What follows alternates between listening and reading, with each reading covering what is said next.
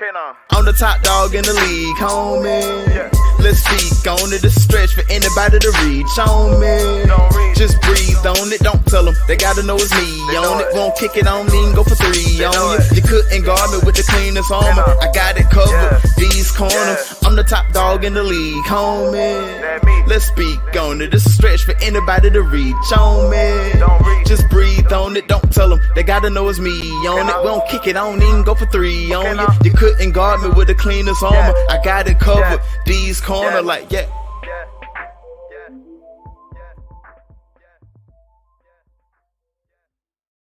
What's up, everybody? Welcome back to D's Corner. I hope everyone is having a fantastic Friday. We're gonna do some draft grades, round 1 draft grades, every team. Crazy draft last night. Crazy draft. First 14 picks were offensive players, 6 of those being quarterbacks. Definitely got some shockers, very minimal trades. Some divisions who are looking extremely tough right now. Just after week 1, obviously with the offseason as well. So again, first time watching, please like, share, subscribe, comment. Any and all feedback is welcomed. I would like to definitely thank you guys for that. Help me grow. It costs you nothing, and it benefits me a lot. I truly appreciate it. So with that being said, we're going to jump right into the video. We're going to go right at it. These are my round 1 grades. As you can see, there was a lot of movement yesterday, a lot of movement. I'm expecting a lot of movement today. A lot of players still on the board. First up, we got the Chicago Bears.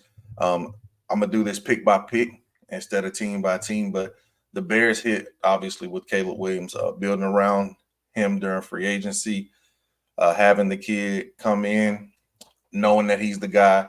Caleb is fantastic with arm talent. He is really good on script, but a lot of his off script things are highlighted. I really like this pickup for the Chicago Bears.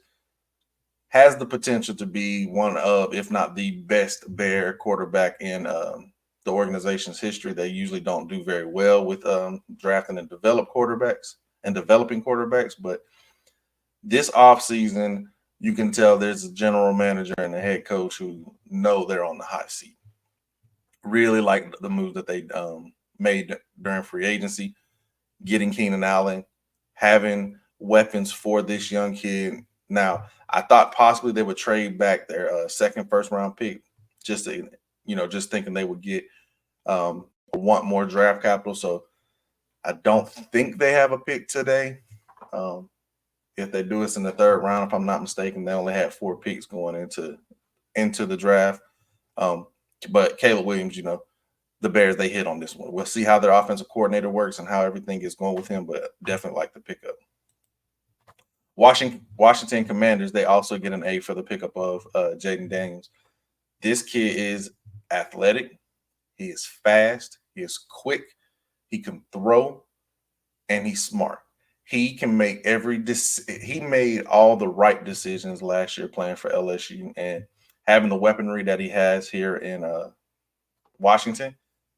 Austin Eckler being able to run the ball and have a nose for end zone is also someone you can dump the ball to in the backfield. Jahan Dotson, as well as Terry McLaurin. Fantastic wide receivers. If I'm not mistaken, I think Gerald Everett went to the Bears as well. But you definitely still have room to grow, room to build this team. Dan Quinn, I wasn't sure if Dan Quinn would go this route. Didn't know if he would want the more traditional style quarterback. But I tell you what, the DMV has 2 athletic freaks at quarterback with Lamar Jackson and Jayden Daniels. So I give this pick up an A for the Washington Commanders. They are taking the correct step forward for this franchise. The New England Patriots, they drafted Drake May. I also gave this an A, and I gave this an A because Drake May has a ton of potential. Somewhat resemblance of a Josh Allen as far as a bigger, more physically gifted quarterback. Does have an arm, is able to run, he's mobile, and it's hard to bring down. The reason why I gave this pick an A is because they're able to sit the kid behind Jacoby Brissett, who in my mind is the perfect bridge quarterback. This team is not in position to win now, but this pick of Drake May literally help secure their future, because the other three teams in their division are going to hit cap issues extremely fast, as soon as the 2025 season. So we'll see how that works out for them. But as of right now, with the third overall pick, staying put, taking your quarterback, allowing him to sit and grow. And that kind of goes with my whole sentiment, the whole offseason pertaining to the Patriots, is that I believe Robert Kraft is going to allow Jerod Mayo to build this team and move forward. I don't think Mr. Kraft is looking for a quick fix and turnaround. The next pick, the Arizona Cardinals, they have taken Marvin Harrison Jr. I also give this pick an A. Marvin Harrison is, in my opinion, the best wide receiver in this class. He has the size, he has the speed. I know it wasn't a lot of yak yards last year, but if you look at his quarterback play, it was not as good as it was the year before when he had C.J. Stroud throwing him the ball. His route tree is phenomenal. His anticipation and concentration with the ball is phenomenal. Able to win 50-50 matchups, able to get 2 feet down at all times. He will step in and instantly be the Cardinals' number one wide receiver, and he's going to bring and garner that type of attention. He's going to draw that number one corner from every team that they face for the rest of his career. Some compared him to a young A.J. Green. I do like that comparison. I think he may be a little bit faster. I know that he did not do any of the competition, if you will, as far as the combine and his pro day, but the kid said he was working out. He was a pro, and he's been doing professional things as far as what he'll be doing next season. I really, really, really like this pickup for the Cardinals. I'm pretty sure they'll double down and get another complimentary piece to Marvin Harrison. Like I said, throughout my videos, throughout the offseason, I think this is the year that the Cardinals allow Kyler Murray to show if he is their guy or not. Joe Alt, the 5th pick, went to the Chargers. I also give this pick an A just because it fits along the lines of what Harbaugh wants to do. Harbaugh's going to run the ball. Now you have your bookends. You already have your quarterback. It was even discussed, which it was laughable, of teams calling up and trying to trade for Justin Herbert. I could not see that happening, regardless of Harbaugh's quarterback being in the draft or not. But Joe Alt will come in. He'll man that right side opposite of Rashawn Slater. They're going to want to run the ball. I'm guaranteeing Blake Corum comes off the board today to the Chargers, probably in the 3rd round. I wouldn't be shocked if it's in the 2nd round, especially if they trade down a little bit and get more picks. But I definitely like what they are doing there. And there's going to be a consensus when it comes to the AFC West.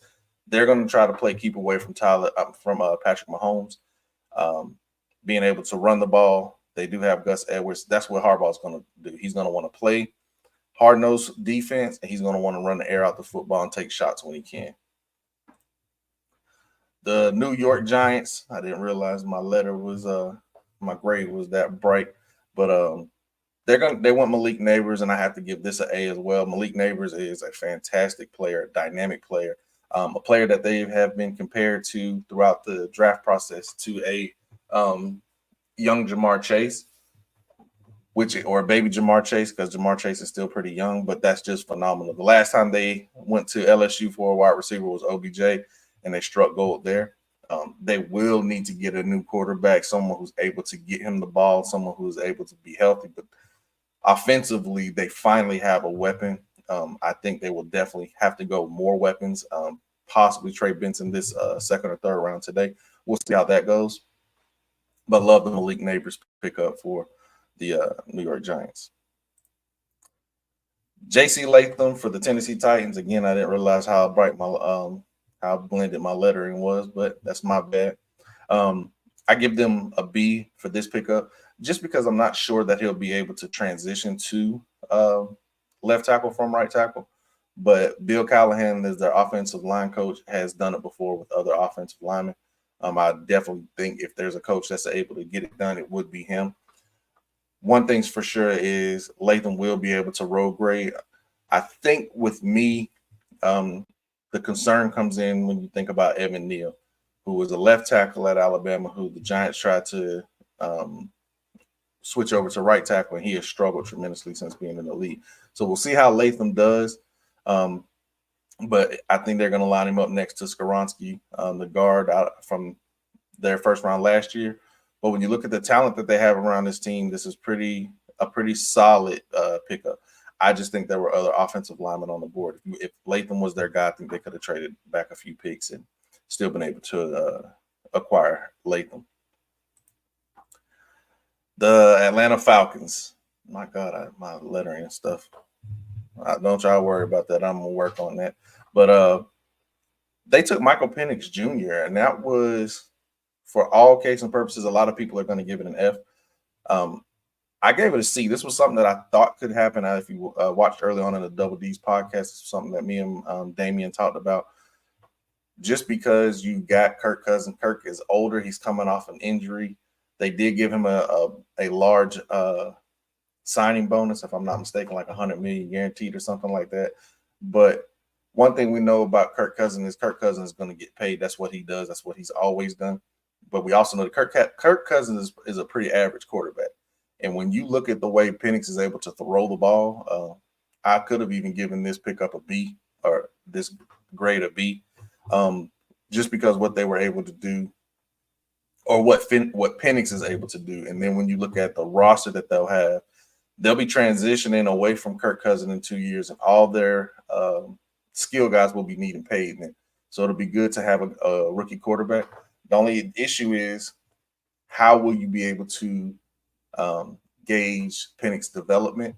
And also, how does this friction rub Kirk Cousins and the organization? There was talks unreported during the draft that they called Kirk before, but throughout the process, they did not let him know that this was a possibility or even something that they were thinking. But Penix going in the top 10, how long does he sit? Is this a 1-year deal for Kirk Cousins? Is this a 2-year deal for Kirk Cousins? So now the Falcons do have a ton of question marks, which is why this grade was a C. I really like the addition of Penix and him being able to throw the ball. You got Kyle Pitts, Bijan Robinson out the backfield, as well as Drake London, and they did pick up Darnell Mooney. They went heavy offensive players this offseason.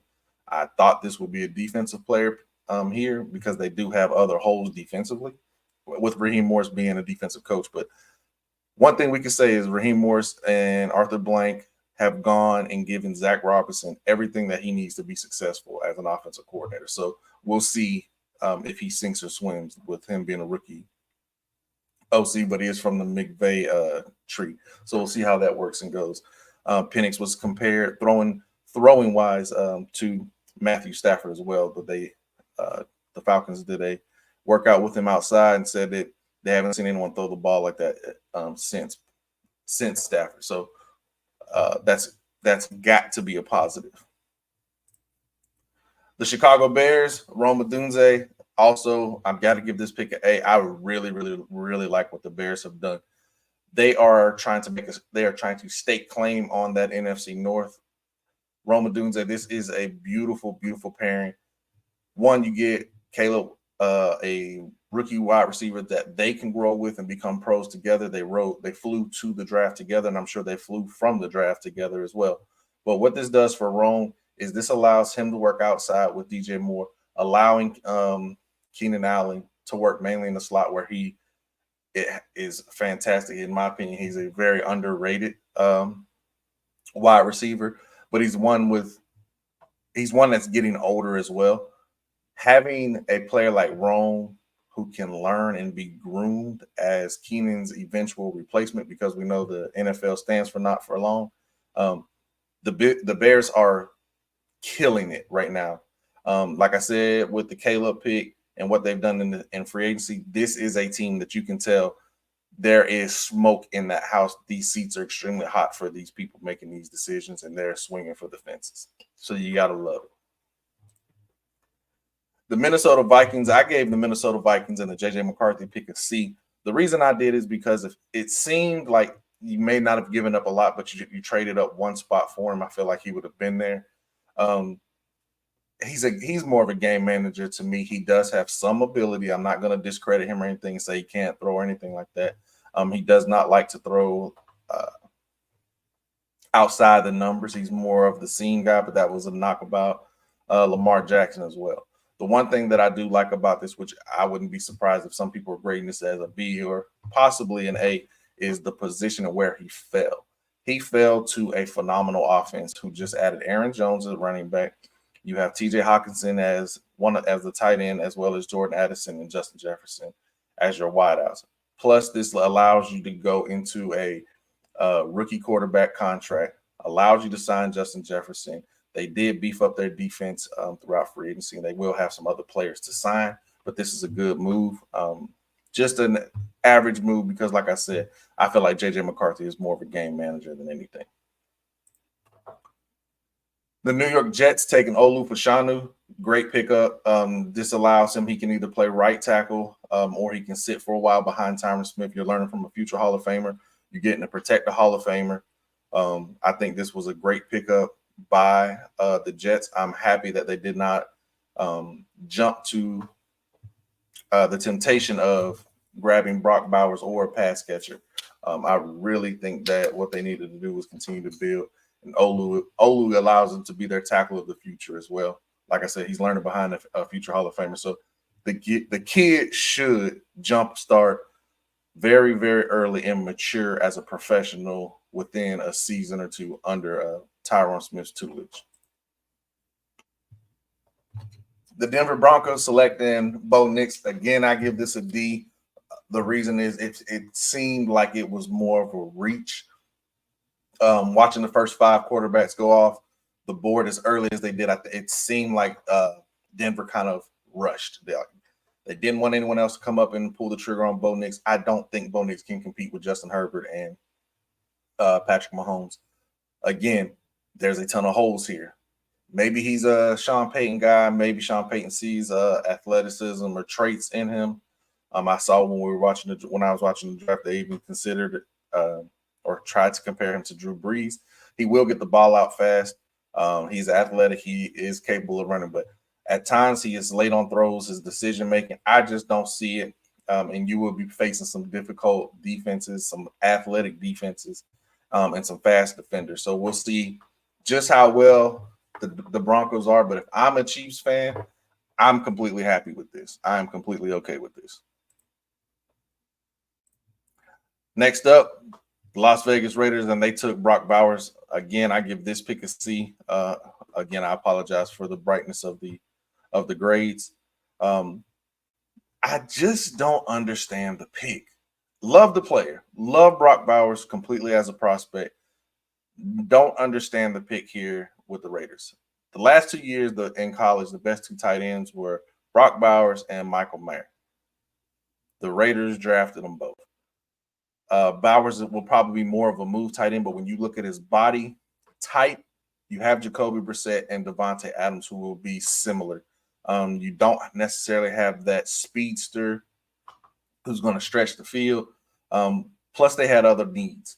This was an opportunity. They could have gone with one of the best corners in the draft. They could have gone. They could have given an edge rusher to pair with Tyree Wilson and Max Crosby just to give them a rotation, like some of the other teams did throughout the draft. I just don't understand this pick.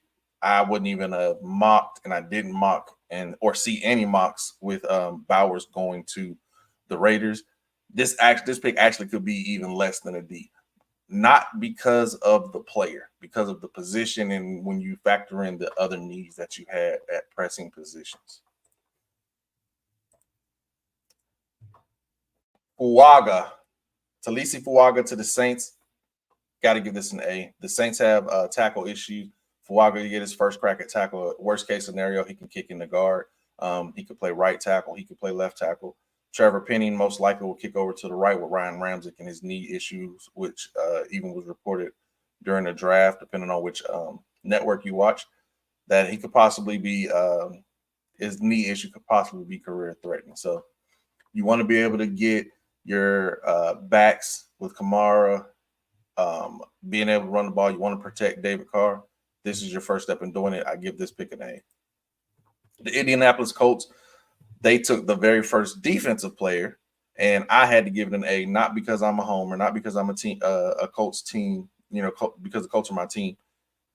They were able to stand pat and take literally whatever they wanted at defense.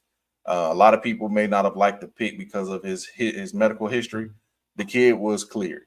He was cleared. He played. He was fantastic. His final season. This is similar to something that happened with Jalen Phillips, where they were forced to retire one school and end up going to another school. Laiatu Latu, perfect pickup. Chris Ballard has said, and a lot of people don't listen to the GMs. Chris Ballard's going to tell you, especially during draft day, if they're thinking about trading, he'll say it. If there's positions that he thinks that they need, he'll say it.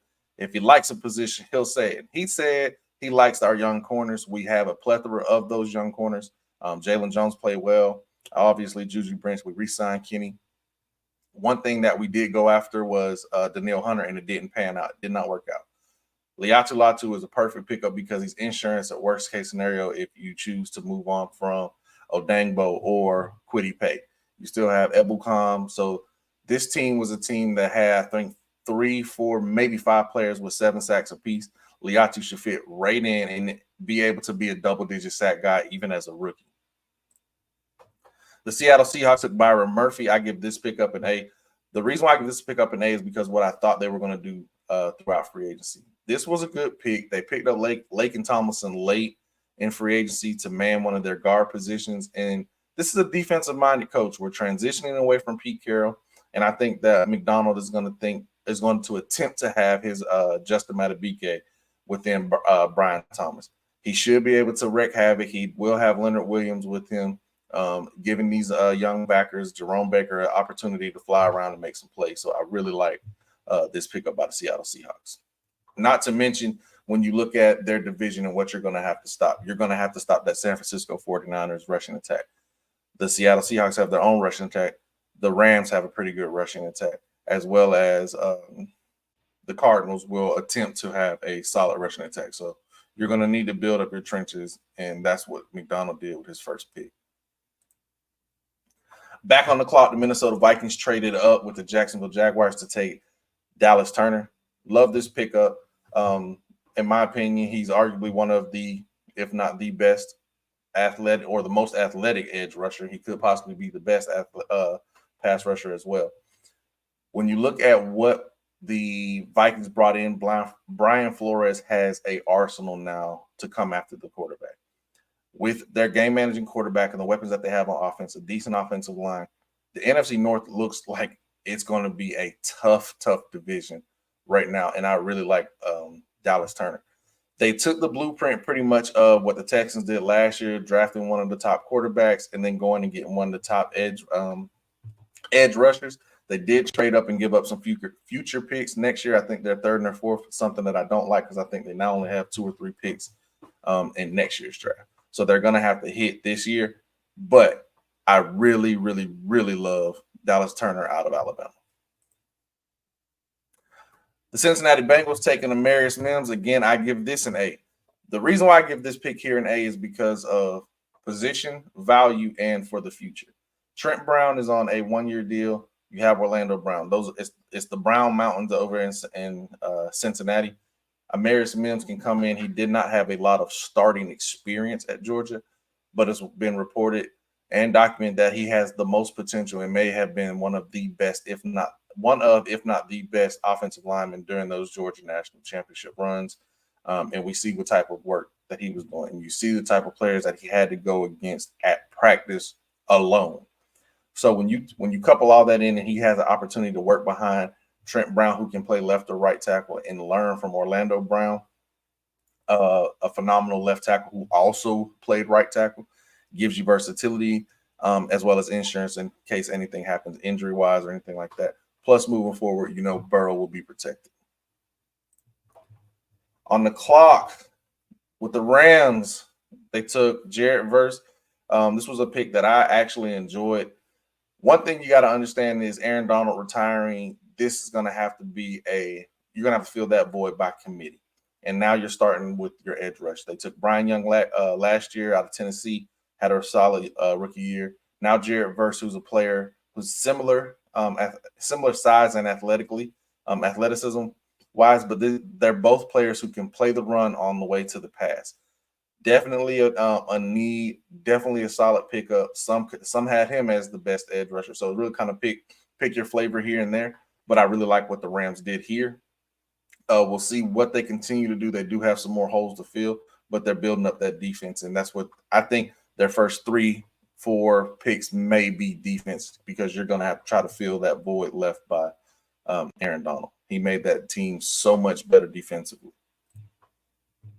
Pittsburgh Steelers, I give them an A for the drafting of Fetanu. Fetanu is a player who can play guard or either guard or either tackle position. He slid a little bit due to injury, but many people had him rated as the best offensive lineman. When you're able to get the best offensive lineman by standing still down in the 20s, perfect pickup. Will definitely be a Steeler. They can allow Broderick Jones to move to the right side. This is definitely a Steeler pickup. And if you watched his highlights when he is able to pull and get out in space for screens, Jaylen Warren and Najee Harris are going to have a road grader to run behind. Now, Chop Robinson went to the Dolphins. I give this pick a B. The reason why I give this pick a B, I know some people may have hated it because of Robinson's production not being up to par with the tape. The tape is phenomenal. The production is not there. But when I looked at it, you have Jalen Phillips as well as Bradley Chubb both coming back from injury. So while they're recovering, the Dolphins did pick up Shaq Barrett. Shaq Barrett's a Super Bowl champ, phenomenal, pass rusher. Chop Robinson has 3 really good pass rushers to learn from. As those guys start coming back, you now have a really solid rotation of edge rushers. This team that wants to be nasty defensively. Not to mention, worst case scenario, if you happen to lose Chubb or Phillips because of the injury, they're just not the same player, this is an insurance pickup. So I really like the value, really like the player, and I really like the fit. So this gives me a B. The Philadelphia Eagles, when you talk about the rich getting richer, this has got to be that team. The Philadelphia Eagles wanted to trade up for a corner. They stand pat and they get one of, if not the best cover corner in the draft. Quinyon Mitchell out of Toledo. This is a player, in my opinion, is extremely similar to what Darius Slay was coming out of Mississippi State. Now he gets to learn under Darius Slay, where he can come in and possibly take James Bradbury's job. Bradbury could definitely be cut or even traded throughout the rest of the weekend for the draft. But when you compare Quinyon Mitchell, they still have Kelee Ringo, Eli Ricks. They have young corners. Maddox is still there in the slot with Darius Slay, Chauncey Gardner-Johnson. They've re-signed Reed Blankenship. They've re-signed all these players as well as re-signing A.J. Brown before the draft started. So the Eagles are killing it. One of, if not the best pound for pound roster from top to bottom, depth and everything. The Eagles are killing it. I believe you're looking at your NFC East champions. Jacksonville Jaguars, they traded back and were still able to get the guy that they wanted, Brian Thomas Jr. I give this pick an A. This is a player that they kind of don't have on their team a lot. They do have some slot guys. Zay Jones is a true number 2. Brian Thomas, I think he can come in and be your number 1. Big body, speed guy, nose for the end zone, able to catch 50-50 balls. And this just gives Trevor Lawrence so much more firepower on that offense. So Trevor Lawrence is a player that they're talking about re-signing. People have called him the Prince. Nick Wright on First Things First calls him the Prince that was promised. He has not been that yet. And when you look at what the Texans have done, you're going to have to go and try to score with them. Like the move, like the pickup. They even traded back, able to get more draft assets and still get the player that you probably would have took at 17 anyways. The Detroit Lions, in my opinion, could go right up in there with the Eagles, pound for pound, when it comes to roster. Being able to get a player of Terrion Arnold's caliber so late in the draft, they did trade up with the Cowboys, which was fine, didn't give up a ton, but this is an Aaron Glenn guy. He is scrappy. He is feisty. He's going to fight. Now you're pairing him with the veteran Carlton Davis. He's coming in and he's going to play with someone he played with at college and Brian Branch. The Detroit Lions have hit the Alabama jackpot here a few years with Gibbs, Branch, Williamson, and now Terrion Arnold. This is a really, really, really good offense. This is a really, really, really good defense. You beefed up your defensive line. Now you're beefing up your secondary with a player who's phenomenal. He's going to be nasty in press. He can play zone. He can play off. He's going to tackle. This is a Detroit Lion. This is an Aaron Glenn guy. They are truly building a culture of ankle biters or knee biters, whatever Dan Campbell called them. But they're going to have some scrappers over there in Detroit. Detroit had a taste of winning the NFC North. They don't want to relinquish that again. The Green Bay Packers, they drafted Jordan Morgan out of Arizona. I give this pickup a B. I really thought that this was going to be Cooper DeJean. He just screams Green Bay to me. They did need a tackle. You lose David Bakhtiari, or you cut David Bakhtiari because of injury history, and not sure how he was going to recover. But being able to go in and get a player like Jordan Morgan later in the first round, really good pickup, giving that a B. The Tampa Bay Buccaneers, this could have been an A because they needed offensive line. They announced him, Graham Barton, as a center. He's played left tackle most of his career. He will now kick into center where he's able to do so. I believe he kicked in during the Senior Bowl at guard and center. So this is a player who's showing you that willingness. But now when you start to look at that offensive line, Tristan Wirfs, Graham Barton, Shaq Lawson, Shaq Mason, who they traded from and got from the Patriots a couple years ago. Now you're looking like a solid offensive line. It's been notated that or reported that the Bucs want to establish a better rushing attack this year. They're on their way of doing so. Arizona Cardinals going Darius Robinson. I give this pickup a B as well. When they introduced him, I believe, as a defensive tackle, he'll be able to kick outside on early downs and then rush from the inside. When you look at Gannon and what he did for the Philadelphia Eagles, when he was breaking sack records and just wreaking havoc on teams' offensive line and quarterback, he had a plethora of guys rushing that were able to rush from inside as well as outside. I wouldn't be surprised if Arizona goes Johnny Newton or Kool-Aid with that early second round pick that they have. But the Cardinals are definitely starting this draft off right and starting their build off right. They didn't do a lot through free agency, so they have to hit on their draft picks. I think they hit on their first two in round one. The Kansas City Chiefs. Now, well, that's really, really bright. Now I'm looking at it. But I give them a B for the Xavier Worthy pickup. The one thing that concerned me about Worthy was his weight. But then when they traded up to get him, I thought about it. And the more I looked into it, it seems that this was the perfect team for Xavier Worthy to go to.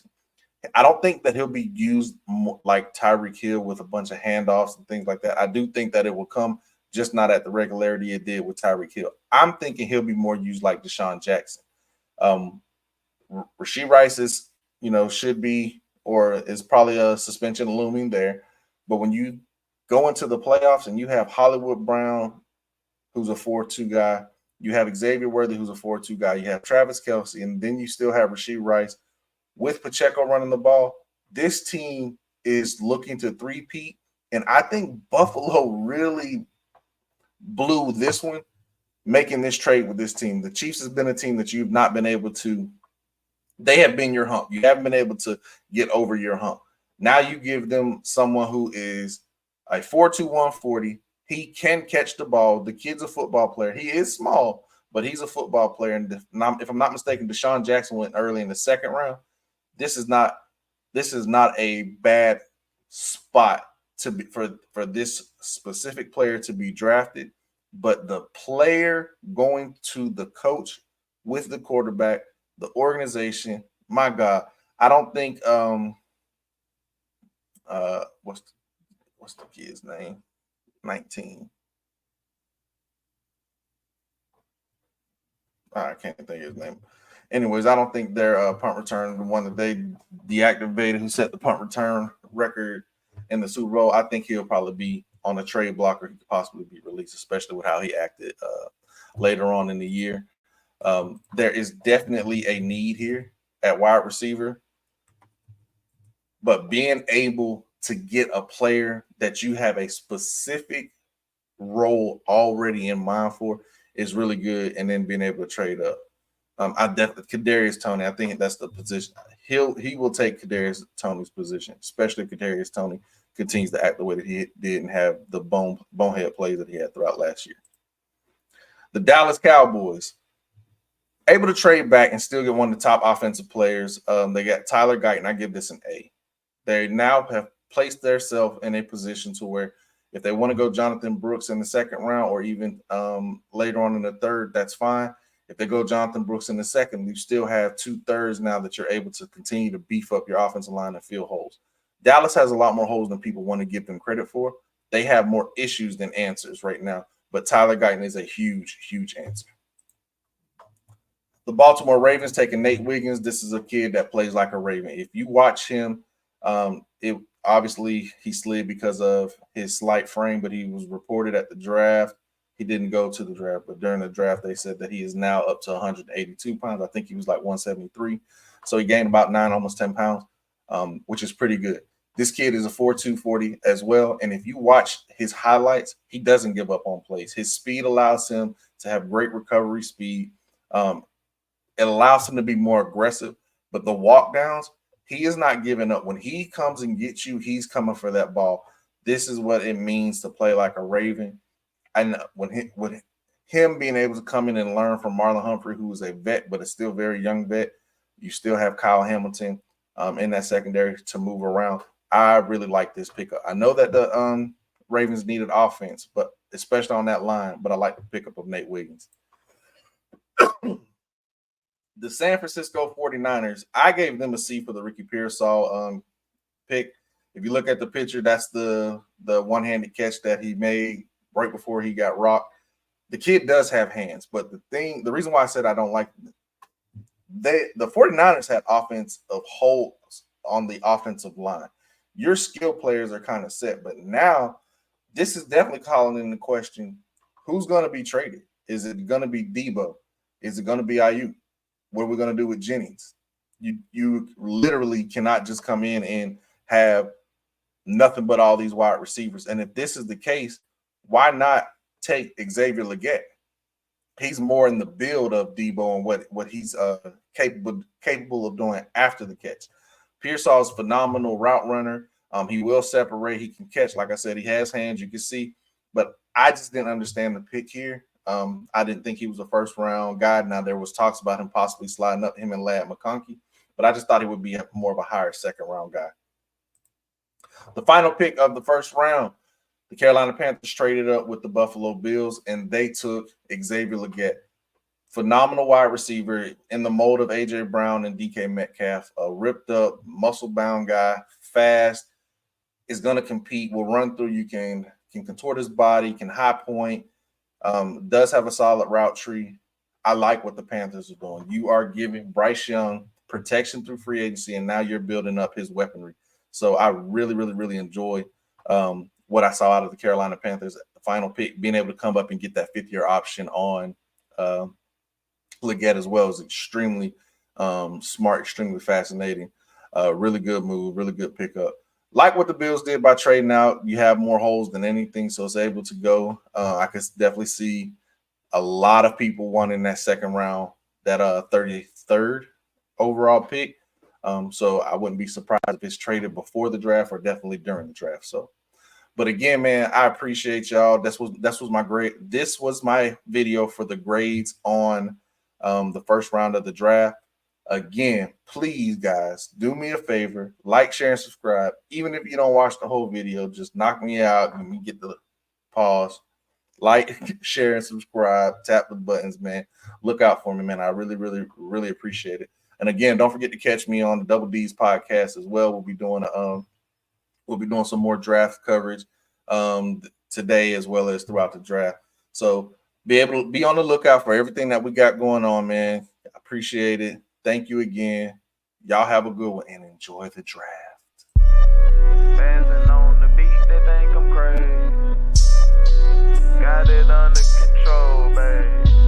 You don't want smoke, all you see is the same.